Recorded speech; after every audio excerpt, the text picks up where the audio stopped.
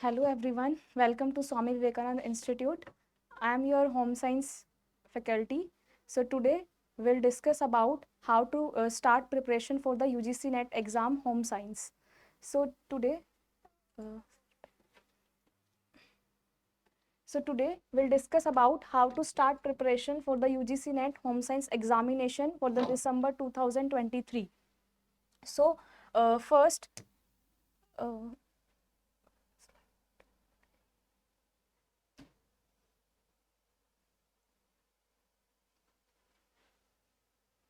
First is how to prepare for the NET exam. So first you have to focus on the planning and the strategies that you have made to prepare the UGC NET exam for the home science. So first is you have to understand the syllabus. Means जब भी आप preparation start कर रहे हो net की तो सबसे पहले आपको सिलेबस को अंडरस्टैंड करना है because it is a mixture of so many units. So जो आपकी फर्स्ट यूनिट है उसमें आपकी न्यूट्रिशन है, फूड साइंस है, फूड टेक्नोलॉजी है. Next you have home science part that is textile resource management और बहुत सारी आपकी यूनिट्स है. तो सबसे पहले आपको जब भी आप प्रिपरेशन स्टार्ट कर रहे हो तो you have to focus on the planning and the strategies. You have to understand the syllabus. So जो आपका सिलेबस है इट इज़ ऑफ 10 यूनिट्स. तो इसमें जो आपकी 10 यूनिट्स है वो आपके बहुत सारे सब्जेक्ट्स का मिक्सचर है जिसमें आपकी microbio, food preservation, textile, resource management, child development, textile, ये सारी आपकी यूनिट्स हैं. तो first you have to understand the syllabus. Second thing is know the demand of the exam. तो जब भी आप प्रिपरेशन स्टार्ट कर रहे हो तो आप ये देखो कि आपकी जो एग्जाम है उसकी डिमांड क्या है. डिमांड मतलब जब आप प्रिपेयर कर रहे हो तो उसमें आपको किस तरह से कौन कौन सी टॉपिक्स आपको पढ़ने हैं, कौन कौन से आपको डीपली स्टडी करने हैं और कहाँ कहाँ से आपके PYQs MCQs आते हैं आपके एग्जाम में. Third is be consistent.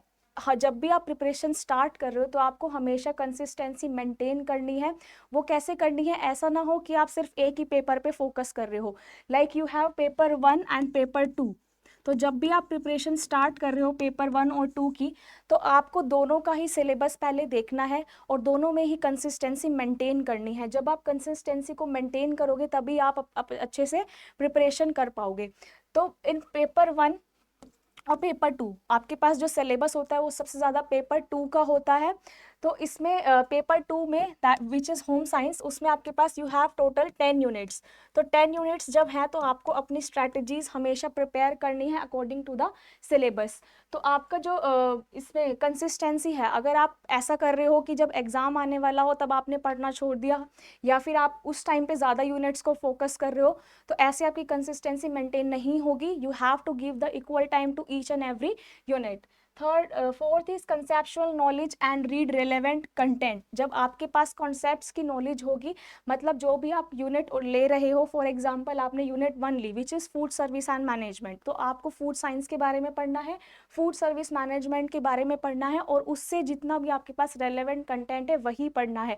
ऐसा ना हो कि आप किसी एक टॉपिक को उठा के बहुत ही ज़्यादा डीप स्टडी करो और उस डीप स्टडी के चक्कर में आपकी बहुत सारी यूनिट्स मिस हो जाए. क्योंकि यहाँ पर जो हमारा नेट का एग्ज़ाम होने वाला है वो आपका दिसंबर में होगा और आपके पास सबको ऐसा लगता है कि टाइम बहुत ज़्यादा है but we do not have that sufficient time क्योंकि यहाँ पे सिलेबस जो है वो बहुत वास्ट है. तो इसमें जब आप भी किसी टॉपिक को पढ़ रहे हो तो उसकी डीप स्टडी करो, लेकिन इतना भी डीप स्टडी मत करो कि आपका सिलेबस पीछे रह जाए. तो आपको हमेशा रेलेवेंट कंसेप्ट्स लेने हैं. ऐसा नहीं है कि आप कहीं से भी कोई भी कंटेंट उठाकर पढ़ रहे हैं, क्योंकि हमेशा जब भी नेट का एग्ज़ाम हुआ है उस एग्ज़ाम में आपके पास डिफरेंट डिफरेंट टॉपिक्स ऐसे भी आए हैं जो हमारे सिलेबस में मेंशन नहीं है. मेंशन नहीं है मतलब उसका सिर्फ आपको डीप नॉलेज होना चाहिए. डीप कंसेप्ट से आपके वहाँ पे क्वेश्चंस आए हुए हैं. जो भी आपके प्रीवियस ईयर पेपर्स हुए हैं अभी तक वहाँ से डीप स्टडी ज़रूरी है. और जो भी आप कंटेंट पढ़ रहे हो वो हमेशा आपका रेलेवेंट होना चाहिए. Next is ideal time for paper 1 and paper 2. जब भी आप नेट की प्रिपरेशन कर रहे हो होम साइंस की तो इसमें आपके पास दोनों को इक्वल टाइम दो फॉर पेपर 1 और पेपर 2. ऐसा ना हो कि आप पेपर 1 को ज़्यादा टाइम दे रहे हो और पेपर 2 को कम टाइम दे रहे हो.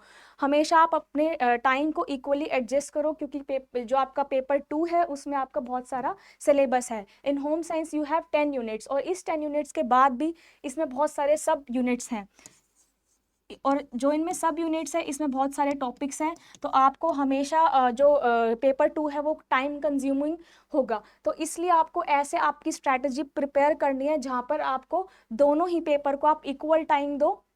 ऐसा ना हो कि आप एक पेपर में कम टाइम दे रहे हो, सेकंड पेपर में ज़्यादा टाइम दे रहे हो, अदरवाइज आपका फर्स्ट का सिलेबस छूट जाएगा। तो you have to prepare accordingly. Next is make a list of important topics based on the PYQs। आपको हमेशा जो भी PYQs पहले आए हुए हैं, प्रीवियस क्वेश्चंस जो आपके आए हुए हैं, उसको क्या करना है, उसमें से आप टॉपिक सर्च करो कि किस टॉपिक में से कितने ज़्यादा आपके क्वेश्चंस आ रहे हैं।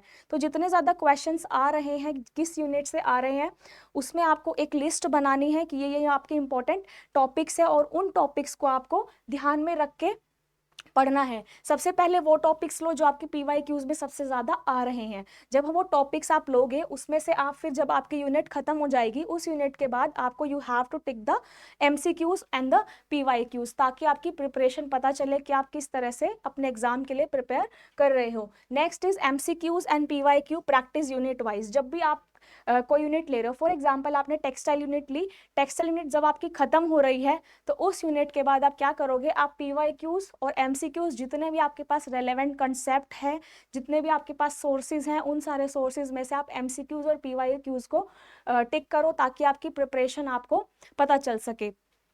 और सारी यूनिट के PYQs, सारी यूनिट के MCQs आर वेरी इंपॉर्टेंट, ताकि आप अपनी प्रिपरेशन को एक ट्रैक पे ला सको कि आपकी प्रिपरेशन किस उस पर चल रही है। Next is use elimination method. जब भी हम नेट का एग्जाम देते हैं, सबसे पहले this is the best trick, this is the best method.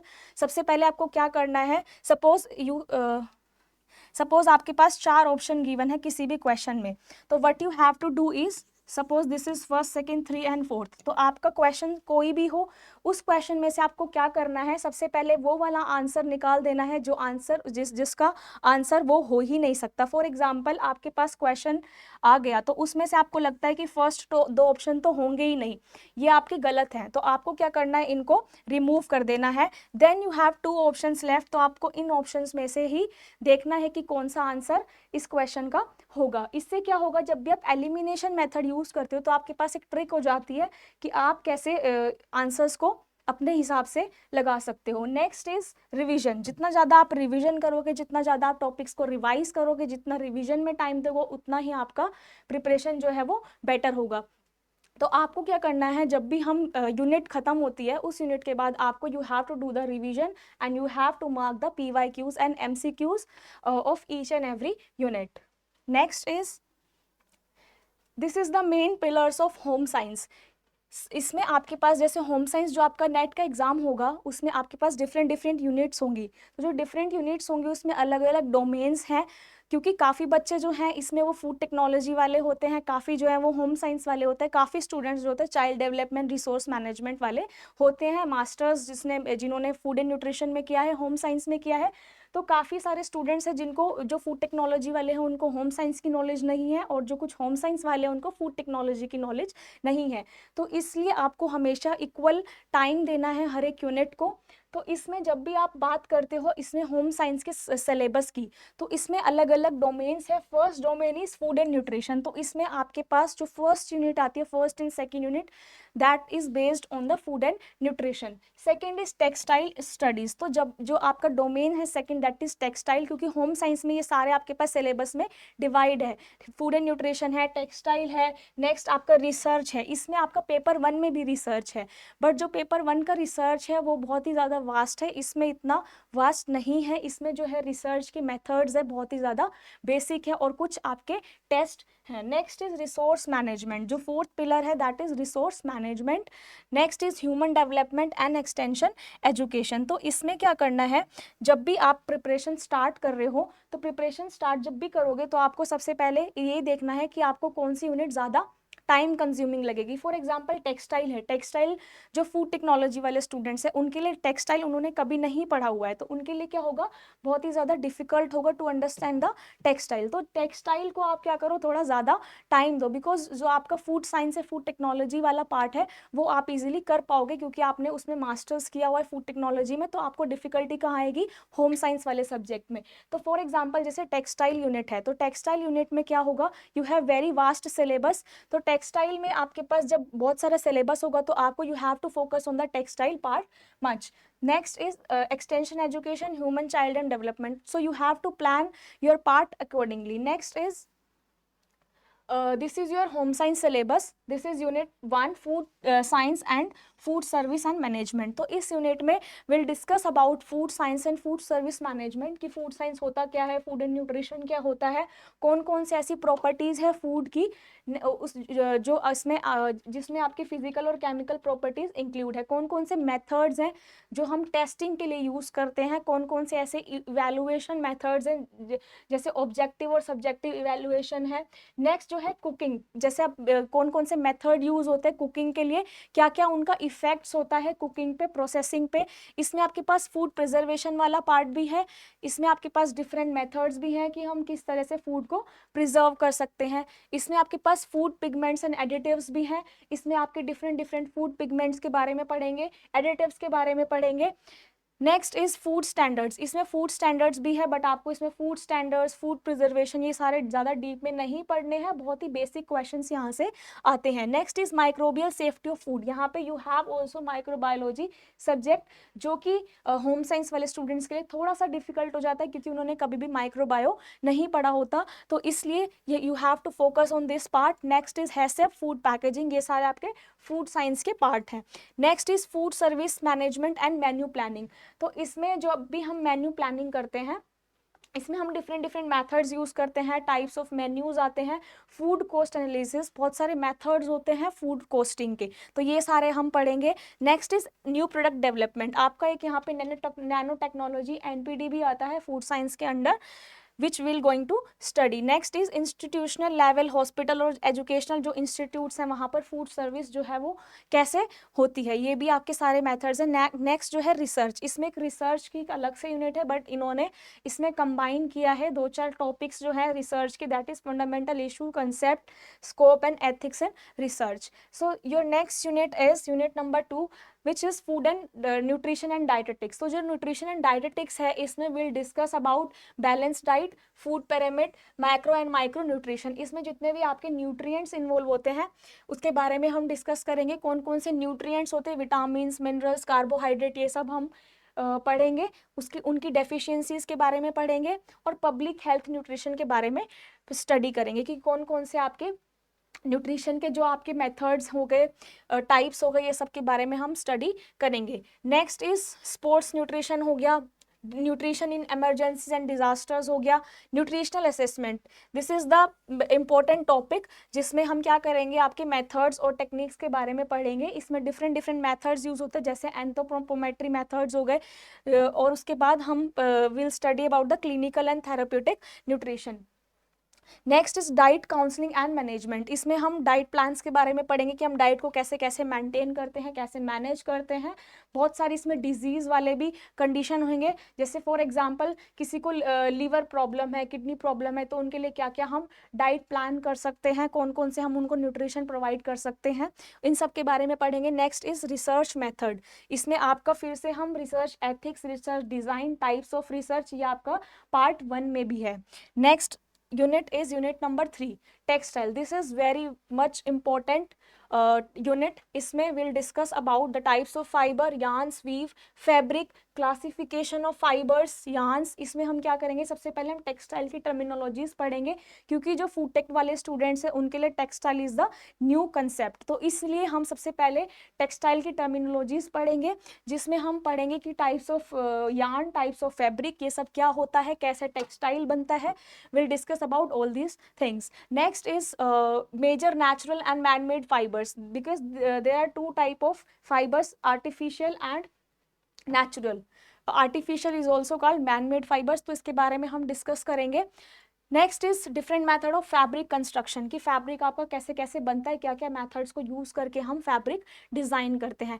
Textile finish के बारे में पढ़ेंगे कि जब भी हम कोई भी फैब्रिक प्रिपेयर कर रहे हैं तो उसमें हम फिनिशिंग कैसे प्रोवाइड करते हैं, उस पर प्रिंटिंग और डाइंग कैसे करते हैं, डाई डालते हैं और प्रिंटिंग उसमें हम किन मेथड से यूज करते हैं, ये सारे आपके जो है वो प्रिंटिंग और इसके डाइंग के मेथड्स है. Next we will discuss about traditional textile of India. यहाँ से क्वेश्चन हमेशा नेट में आता ही है कि जो आपके टेक्सटाइल ट्रेडिशनल टेक्सटाइल्स हैं उसमें आपके किस किस टाइप के डिफरेंट टाइप के टेक्सटाइल्स आते हैं, इनके बारे में हम सब डिस्कस करेंगे। Next is textile testing and quality control. जो भी आपके हम मेथड्स यूज़ करते हैं टेक्सटाइल को बनाने में और उसकी क्वालिटी को मेंटेन करने में, वो सारे मेथड्स के बारे में भी हम स्टडी करेंगे।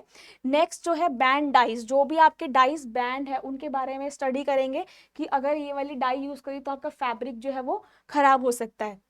इको फ्रेंडली टेक्सटाइल के बारे में डिस्कस करेंगे and contamination and effluent treatment के बारे में पढ़ेंगे। जो भी आपके नए डेवलपमेंट्स आए हैं टेक्सटाइल में, जैसे अलग अलग जो स्टेट हैं उनके टेक्सटाइल फैब्रिक्स अलग अलग हैं तो उनके बारे में will discuss. Next again it is research, descriptive, survey, historical, this is a type of research.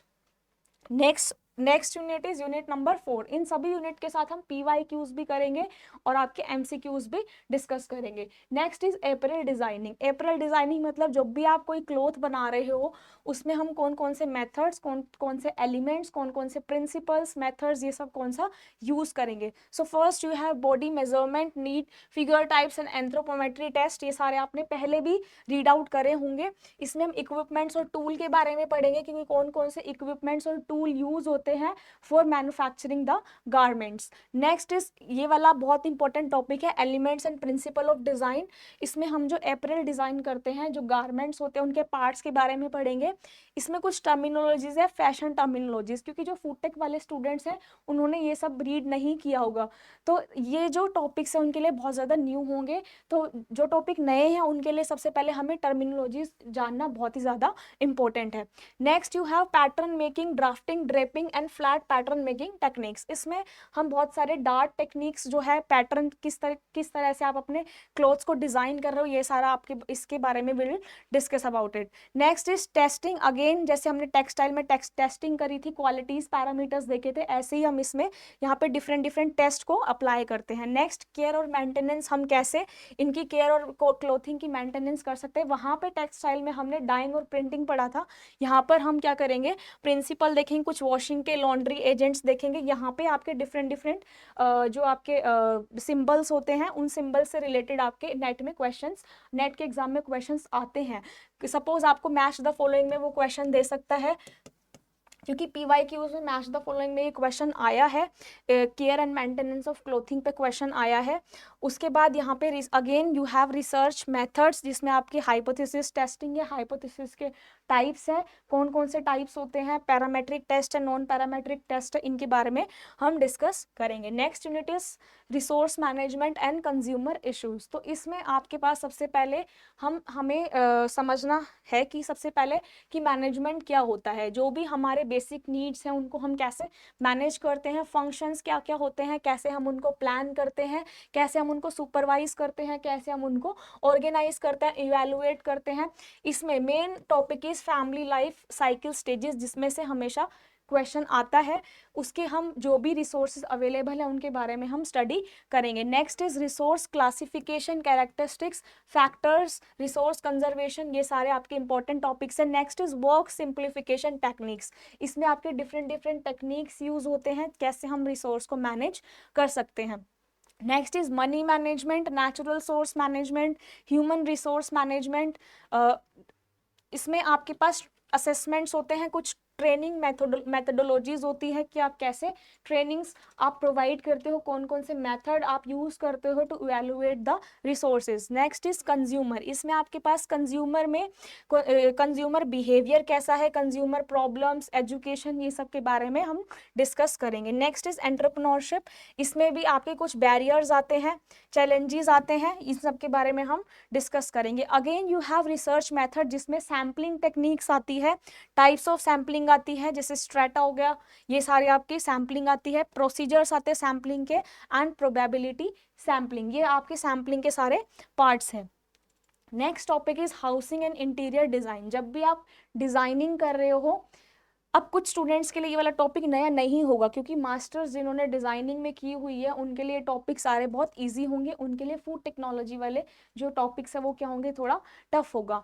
तो इसलिए आपको, जैसे सपोज करो किसी ने मास्टर्स किया है इंटीरियर हाउसिंग डिजाइन में, तो उसको क्या करना है, इस वाली यूनिट को थोड़ा कम फोकस करना है rather than food technology part. तो अब इसमें क्या करना है, will discuss about different elements of art, principle of design, जो भी आपके प्रिंसिपल्स है अलग अलग हाउसिंग, जब भी हम डिज़ाइन करते हैं, इंटीरियर डिज़ाइनिंग जब हम करते हैं, तो सबसे पहले हमारे माइंड में उनके क्या क्या एलिमेंट्स, कलर्स, कलर की डायमेंशंस क्या है, स्पेस प्लानिंग हम देखते हैं, और उसके बाद बिल्डिंग रेगुलेशंस, हाउसिंग इन्वायरमेंट, ये सारे हम डिस्कस करेंगे। प्रोडक्ट डिज़ाइन, जब भी हम कुछ चीज़ डिज़ाइन कर रहे हैं तो उसके हम क्या क्या मेथड्स यूज़ कर रहे हैं, क्या हमारी थिंकिंग है, कैसे हम उसको इनोवेट कर रहे हैं, क्या क्या हम कम्युनिकेशन कर रहे हैं। नेक्स्ट इज अर्गोनॉमिक्स, ये आपका बहुत ही ज़्यादा इंपॉर्टेंट टॉपिक है जो कि हमेशा एग्जाम में पूछा ही जाता है कि व्हाट इज़ अर्गोनॉमिक, इसमें जो भी आपके कौन कौन से प्रोसेस हैं, अर्गोनॉमिक होता क्या है, इसकी स्कोप क्या है, ये कैसे इफेक्ट करता है, जो भी आपका बॉडी मैकेनिक्स है, इसमें अर्गोनॉमिक्स में आपके डिफरेंट डिफरेंट टॉपिक्स इन्वॉल्व है। Next is furniture and furnishing, ergonomics बहुत ही ज़्यादा इंपॉर्टेंट टॉपिक है जो जिसमें से हमेशा नेट में एक क्वेश्चन पूछा जाता है। Next is furniture and furnishing, इसमें भी आपके पास डिफरेंट डिफरेंट टाइप्स के फर्नीचर्स है और फर्निशिंग अवेलेबल्स हैं, ये आप इसके बारे में will discuss. Next again is research method, इसमें क्या करना है आपको, इसमें आपके पास क्वेश्चनियर्स है, इंटरव्यूज है, ऑब्जर्वेशन है, मेजरिंग स्केल है, रैंकिंग है, ये सारे आपके मेथड्स है रिसर्च के, और आपकी वैलिडिटी है, इसमें आपके बहुत सारे मेथड्स यूज होते हैं कि कैसे हम फर्दर रिसर्च करते हैं। Next is child human development, child development में क्या है, सबसे पहले वी हैव, जब भी हमारी ग्रोथ हो रही है, डेवलपमेंट हो रही है, तो क्या क्या हम प्रिंसिपल्स ध्यान में रखते हैं, कैसे हम केयर करते हैं ड्यूरिंग द प्रेगनेंसी और प्रीनेटल केयर, नियोनेटल डेवलपमेंट, इसमें से भी हमेशा क्वेश्चन जो है वो पूछा जाता है। Next is you have theory of human development and behaviour, कौन कौन सी थ्योरीज लगती है जब भी डेवलपमेंट होती है ह्यूमन, उसके बिहेवियर की और हमारी बॉडी की। Next is influence of family, peer, school, ये सब आप बहुत ही ज़्यादा बेसिक टॉपिक है, इसमें इतना ध्यान रखने की हमें नीड नहीं है। नेक्स्ट इज एडोलेसेंट में क्या क्या हमारे चेंजेस आते हैं, क्या क्या चैलेंजेस हैं, कौन कौन से प्रोग्राम्स स्टार्ट करे हुए हैं गवर्नमेंट ने to see the human and child development growth. Next जो है आपके पास एजिंग है, इसमें फिजिकल और साइकोलॉजिकल चेंजेस कौन कौन से आते हैं, कैसे हमें केयर करनी चाहिए, इस सारे में ये वाला हम डिस्कस करेंगे। Next again you have research method, जिसमें हम वेरिएबल्स के बारे में पढ़ेंगे, जो वेरिएबल्स है वो बहुत ही ज़्यादा इंपॉर्टेंट टॉपिक्स है, क्योंकि इसमें different different types of variables use होते हैं। Next unit is family studies, this is unit number 8, इसमें हम फैमिली वेलफेयर के बारे में पढ़ेंगे, फैमिली रिलेशनशिप्स के बारे में पढ़ेंगे, डोमेस्टिक वायलेंस, कॉन्फ्लिक्ट्स रेजोल्यूशन, इन सब के बारे में पढ़ेंगे, पेरेंट एजुकेशन के बारे में डिस्कस करेंगे, ह्यूमन राइट्स के बारे में, हेल्थ एंड वेलबींग के लिए कि जब भी आप from the childhood till old age आप कैसे अपने आप को कैसे अपने आप की ग्रोथ कैसे उसको सस्टेन कर सकते हो, इन सब के बारे में डिस्कस करेंगे। Again you have research method, जिसमें हम क्लासिफिकेशन डिस्कस करेंगे, और जो भी आपके डिस्क्रिप्टिव स्टैटिस्टिक्स, इसमें you have the statistic part. Next unit is unit number 9 which is communication for development, ये आपका पेपर 1 में भी है यूनिट कम्युनिकेशन में, बट उसमें जो है वो बहुत ही ज़्यादा बेसिक है, इसमें थोड़े से ज़्यादा टॉपिक इंक्लूड करे हुए हैं। सबसे पहले बेसिक क्या है कम्युनिकेशन का, कम्युनिकेशन सिस्टम्स क्या है, क्या क्या थ्योरीज अप्लाई करी हुई है, कौन कौन से मॉडल्स यूज होते हैं कम्युनिकेशन में, ये सब आप पेपर 1 में भी पढ़ेंगे। Next is role of communication in development, आपका क्या रोल होता है कम्युनिकेशन में, ये सब हम डिस्कस करेंगे। उसके बाद आपके पास कुछ थ्योरीज हैं, अप्रोचेज हैं, एप्लीकेशंस हैं और कुछ चैलेंजेस हैं। Next again you have research method, इसमें फिर आपके टेस्ट आते हैं, पैरामेट्रिक और नॉन पैरामेट्रिक टेस्ट, इसमें से हमेशा क्वेश्चन आता है। Next unit is unit number 10 which is last unit, that is extension management and communication development. हमेशा एक्सटेंशन से क्वेश्चन आपका आया है, जितने भी आप पीछे वाले एग्जाम्स देखोगे, PYQs आप देखोगे, उसमें से हमेशा इस यूनिट में से क्वेश्चंस आए हैं। तो इसमें हम सबसे पहले हिस्टोरिकल पर्सपेक्टिव्स की बात करेंगे, एक्सटेंशन मेथड्स की बात करेंगे, कौन कौन से हम मेथड्स यूज करते हैं। इसमें ये ऑडियो विजुअल एड्स जो है, यहाँ से क्वेश्चन आता है, ऑडियो विजुअल मटेरियल से क्वेश्चन आता है, आपका करिकुलम डेवलपमेंट से आता है, और इसमें जो भी आपके पास कौन कौन से आपके मेथड्स, कौन कौन से प्रोग्राम्स चलाए हुए हैं, कौन कौन से प्रोग्राम्स हैं, उन सब की अप्रोचेस के बारे में हम डिस्कस करेंगे। उसके बाद again you have research method, जिसमें आपके पास रिपोर्ट राइटिंग है, प्रेजेंटेशन है, इंटरप्रिटेशन है और डिस्कशन है। मतलब इसमें आप कैसे रिपोर्ट को लिख रहे हो, सपोज आपने एक डाटा तैयार किया है, उस पर आपको एक रिपोर्ट बनानी है, तो आप उस रिपोर्ट को कैसे बनाओगे, कौन कौन से मेथड्स यूज करोगे, कौन कौन से टेस्ट और कौन कौन सी टेक्निक्स आप अप्लाई करोगे, तो इन सब के बारे में हम डिस्कस करेंगे। तो this is all about your syllabus. इसमें हम जब भी डिस्कस करेंगे हर यूनिट के साथ, will do the PYQs, will practice the MCQs also. तो जितना भी कंटेंट होगा रेलेवेंट, उतना मैं आपको MCQs PYQs कराऊंगी unit wise. Next is resources. तो आपके पास जब भी आप प्रिपरेशन कर रहे हो होम साइंस की, तो आपके पास क्या क्या रिसोर्सेज हैं। जो बेस्ट रिसोर्स है, ये सारी बुक्स हैं, ट्रूमेंस, उपकार, राव, नवनीत, VL यादला, अरिहंत, उपकार पब्लिकेशन एंड अजीत कुमार, ये सारे बुक्स हैं UGC होम साइंस की। ये मैंने सारी बुक्स जो है वो मेंशन करी है, आप यहाँ से रेफर कर सकते हो अपने टॉपिक्स को। These are the best book, best material. उसके बाद you have to mark the PYQ and MCQ। जितने भी आपको PYQs MCQs मिलते हैं unit wise, please practice PYQs and MCQs unit wise, जिससे आपको आइडिया हो सके कि आपकी प्रिपरेशन कैसी चल रही है। तो ये सारी बुक्स अवेलेबल हैं, आप इनको ऑनलाइन भी परचेज कर सकते हो। और बाकी जो मटेरियल है PYQ MCQs का, वो मैं आपको सारा यूनिट वाइज कराऊंगी कि कहाँ कहाँ से जो भी PYQs MCQs आए हुए हैं वो हम सारे यहाँ पर डिस्कस करेंगे। So thank you everyone. Thanks for the watching.